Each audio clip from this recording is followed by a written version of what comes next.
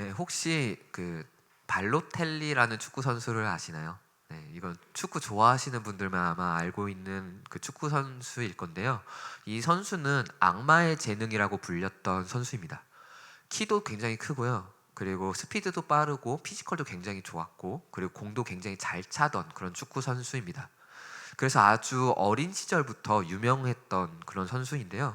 그런데 이 선수에게는 하나의 문제가 있었습니다. 뭐였냐면 바로 그 멘탈이 별로 안 좋았습니다. 네, 유망주들을 모아두고 나중에 가서는 막 다트를 유망주들에게 던지기도 하고요. 그리고 선배들하고 다툼을 하기도 하고요. 그리고 집에서 폭죽놀이를 하다가 이제 불을 내기도 했었던 그런 아주 기행을 많이 펼쳤던 그런 축구 선수입니다. 그리고 아주 가끔씩은 골을 넣을 수 있는 결정적인 상황, 골키퍼까지 제쳐놓고 이제 장난을 치겠다 하면서 이제 대충 사다가 골도 못 넣는 경우도 있었고, 그러니까 축구 클럽 입장에서는 굉장히 좋아하지 않았습니다. 그리고 언론들마저도 이 발로텔리에게 호의적이지 않았어요. 그래서 발로텔리가 아주 자그마한 실수만 해도 그냥 대서특필이 됐습니다. 그래가지고 막 사람들이 저 발로텔리 또 저랬다더라 이런 이야기를 많이 들었었던 인물이었죠. 그래서 하루는 발로텔리가 골을 넣은 뒤에 Why always me? 라는 문구가 적힌 티셔츠를 안에서 이렇게 쫙 보여주고 세레머니를 했었습니다. Why always me? 어떤 뜻입니까? 왜 항상 나야? 그러니까 비난을 워낙에 많이 받다 보니까 왜 나에게만 이런 비난을 일삼느냐라는 어떤 그런 항의의 문구인 거죠. 그러니까 우리들도 이런 경우 있지 않습니까? 뭐 약간 살면서 무언가 잘 풀리지 않고 다른 사람들에게 인정을 받지 못할 때, 그럴 때 불만을 품고 왜 나만 이러는 것 같지? 저 다른 사람 보니까 별 볼 일도 없고 그냥 뭐 그렇게 잘하지도 않는데 나는 그리고 굉장히 열심히 했고 되게 잘했는데 왜 나는 인정을 못 받는 거지? 라는 어떤 그런 감정들이 솟구칠 경우도 많을 겁니다. 그리고 또 때로는 공동체 안에서 누군가가 총대를 메고 해야 되는 경우도 있죠. 뭐 리더단가 막 그러다 보면은 해야 될 때가 있어요. 그러면은 왜 내가 이걸 꼭 해야 되지라는 의문이 들기도 하지요.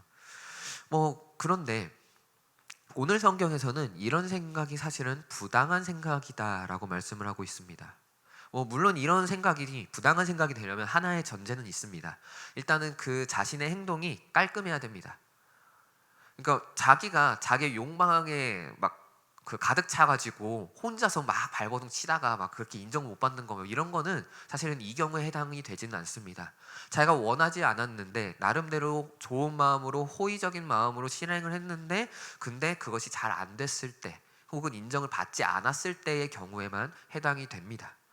그럼에도 어쨌건 간에 이런 생각은 부당한 생각이라고 하나님은 분명하게 말씀을 하고 있습니다. 자, 그래서 오늘 왜 이것이 부당한 생각인지, 그리고 그렇다면 우리는 어떤 생각을 가지고서 이런 어려움들 그리고 이런 삶을 살아나가야 되는 건지 좀 하나님의 뜻과 섭리를 바라볼 수 있는 시간이 되어졌으면 좋겠습니다. 오늘 본문은 요셉이라는 인물이 등장을 합니다. 요셉이라는 인물 다들 아실 것입니다. 요셉은 야곱에게 아주 사랑받는 아들이었습니다.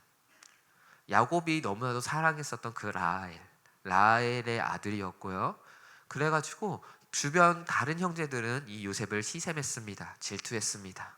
왜 꼭 좋은 옷은 다 요셉이 입고 왜 꼭 힘든 일은 우리들에게만 이제 다 맡기고 요셉은 저 집에서 편하게 있는지, 막 어떤 이런 질투는 충분히 있을 수 있죠. 특히나 요셉의 꿈 이야기, 자, 나중에 가니까 부모님과 형제들이 나에게 절을 합니다 라는 어떤 그런 꿈 이야기가 아주 마음에 또한 안 들었습니다. 그래서 형제들은 어떻게 했습니까? 요셉을 이제 애굽 땅에 팔아버립니다. 노예로요. 자신의 가족의 속에 팔려가던 그 요셉의 심정은 어땠을까요? 자신이 믿었었고 자신의 보금자리라 여긴 그 가족의 손에 의해서 노예로 팔렸다는 것은 정말 큰 충격일 것이고, 그리고 감당하기 어려운 슬픔이 그 감정 안에 이렇게 싹 들어왔을 것입니다. 그렇게 애굽에 팔려가서 또한 요셉은 여러 가지 사건들을 마주하게 됩니다. 이제 보디발의 아내로 인해서 누명을 쓰기도 하고요. 그리고 노예 생활을 하면서도 인간 취급을 제대로 못 받던 그 당시의 노예 문화를 생각을 하면은 그 안에서도 그 온갖 수모를 당하면서 자신이 집에 살았을 때는 좋은 옷을 입었었고 집에서 편하게 살다가 노예살이를 하면서 맞닥뜨리는 여러 가지 어려움들을 다 정면으로 부딪히면서 커다란 슬픔에 잠겼을 것입니다. 그리고 더욱더 슬픈 거는 그 옆에는 도와주는 이 한 명도 없었고요. 그리고 위로해 줄 이도 아무도 없었다는 사실입니다. 그러다가 반전은 일어납니다. 하나님이 찾아오십니다. 요셉에게 능력을 더해 주시기 시작했고, 그리고 애굽의 왕인 그 파라오의 꿈을 해몽하게 해주시면서 애굽의 총리 자리에까지 또 오르게 되지요. 근데 그럼에도 요셉은 외로웠을 것입니다. 자신의 주변에 신하들은 많아졌겠지만은, 그리고 금은보화는 가득했지만은, 그러나 요셉의 진짜 편이 되어줄 가족은 요셉의 곁에 없었습니다. 막대한 권력은 가지고 있지만 그 주변에는 그 요셉의 권력에 빌붙어서 살던 사람들, 그리고 그 권력을 어떻게든 끌어내리려고 노력하던 사람들도 많았을 것입니다. 이방인 출신의 노예 출신이었으니까요. 세상이 그렇지 않습니까? 이방인이면 일단은 경계를 하고, 또한 그 신분이 노예라고 한다면은 그런 사람이 자신의 위에 있다는 걸 견디기 쉬워하는 사람은 참 찾기 힘들 것입니다. 그런 인생을 살았던 것이 바로 이 요셉입니다. 그런데 그 가운데서 하소연을 할 수 있는 이는 유일하게 하나님 한 분뿐이었습니다. 그러다가 요셉은 가족을 다시 만나게 됩니다. 자신을 팔았었던 그 형제들, 자신의 인생을 나락으로 그렇게 빠뜨린 그 형제들을 다시 한번 마주하게 됩니다. 이때 요셉의 심정은 어땠을까요? 자신을 노예로 팔아버린 원수들, 그러나 동시에 자신의 가족인 형들을 바라봤을 때 요셉은 그럼에도 사랑하는 마음은 있었던 것 같습니다. 오랜 타향 생활을 하면서, 그리고 혼자 외로이 씨름을 하면서 아마 가족에 대한 어떤 그런 사무치는 감정은 있었겠지요. 그런 복합적인 감정을 가지고서 요셉은 자신의 형제들을 바라봅니다. 근데 여전히 그 미움은 가시지가 않아서 그 형제들을 시험을 하게 됩니다. 형제들을 정탐꾼으로 봅니다. 그 당시에 이제 가뭄이 들고 막 그러기 시작했고 먹을 게 없으니까 형제들은 그 먹을 것을 구하기 위해서 애굽 땅으로 온 상황이었는데, 여기서 요셉이 이렇게 말을 합니다. 나는 당신네들을 못 믿는다. 형제라는 걸 밝히지 않았습니다. 나는 당신들을 못 믿습니다. 당신들이 와서 애굽 땅을 정탐하고 나중에 이 애굽을 이제 침략하려고 하는 속셈인 거 아닙니까? 난 당신들 못 믿어요. 그러니까 당신을 내가 믿게 하기 위해서 당신들은 그 동생을 데리고 오십시오. 그럼 내가 믿겠습니다 라고 이야기를 합니다. 그 형제들은 그렇게 야곱에게 가서 사정사정해서 동생을 데리고 옵니다. 근데 여기서 또 한 번 요셉은 형제들에게 시련을 내립니다. 베냐민을 땅에 두고 가라. 애굽 땅에. 거기서 유다가 이제 손을 들고 딱 나타나죠. 우리 아버지 야곱이 예전에 한 아들을 잃었습니다. 근데 여기에 또다시 베냐민을 잃는다면 우리 아버지 그 감당 못하십니다. 아들을 잃는 그 슬픔을 감당 못하셔서 어떻게 될까 봐 두렵습니다. 그러니까 제가 대신 남겠습니다. 베냐민은 보내주세요 라고 이야기를 합니다. 이 이야기를 듣자 그때서야 요셉은 그 마음이 풀리기 시작합니다. 베냐민은요 라헬의 아들이에요. 그러니까 이복 형제들이 아니라 자신의 그 배까지 같이 이제 나아진 그런 베냐민. 그럼 베냐민을 생각하는 그 형제들의 모습을 보면서 이제 그 마음이 녹아내리기 시작합니다.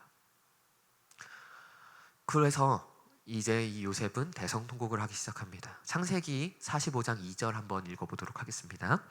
요셉이 큰 소리로 우니 애굽 사람에게 들리며 바로의 공중에 들리더라. 아멘.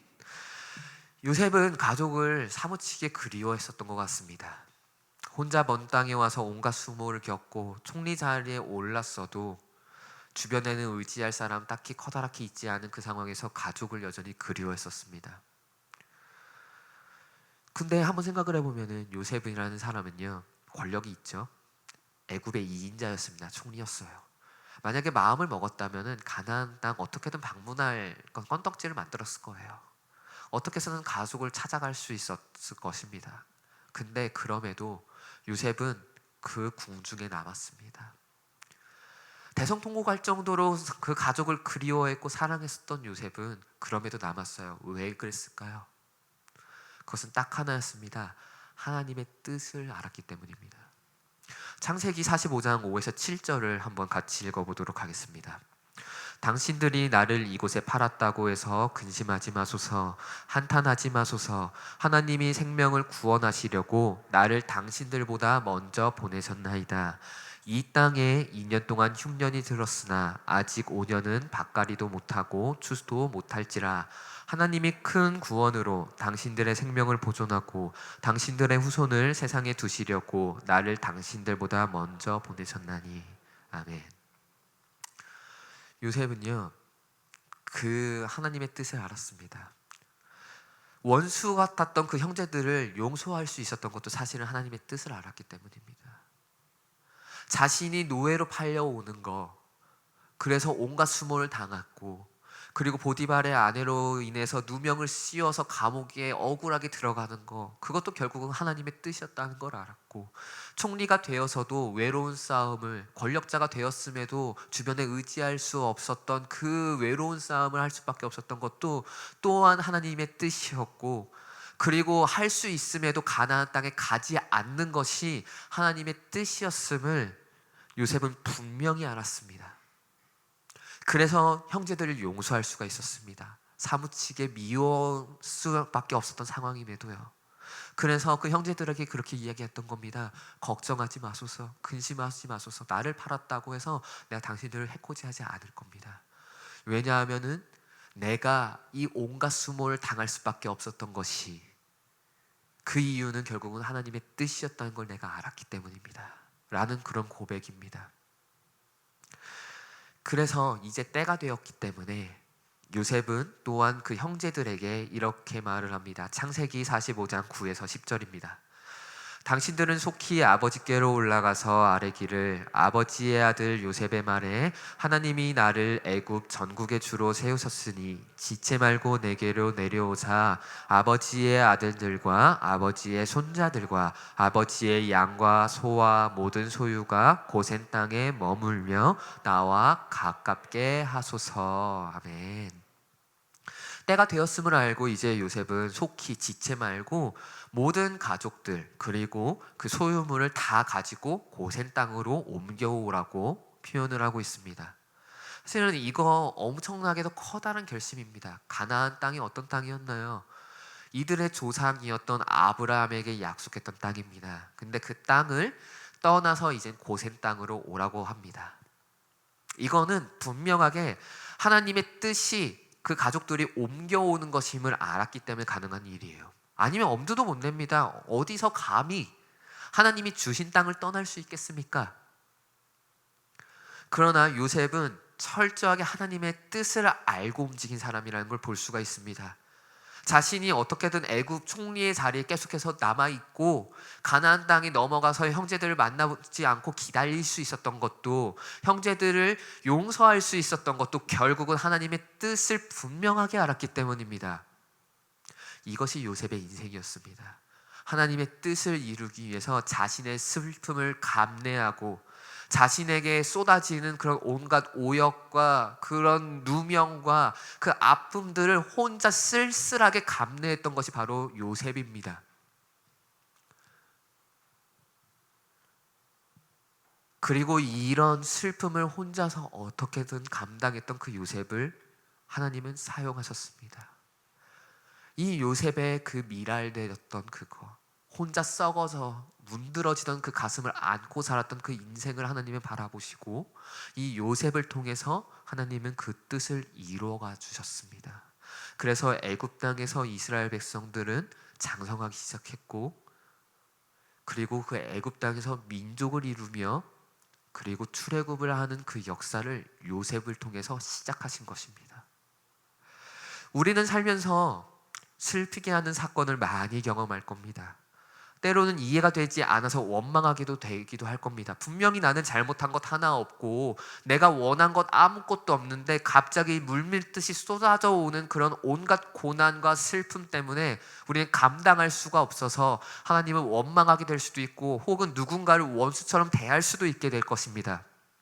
그런데 그 가운데서 우리는 오늘 말씀을 분명하게 기억했으면 좋겠습니다.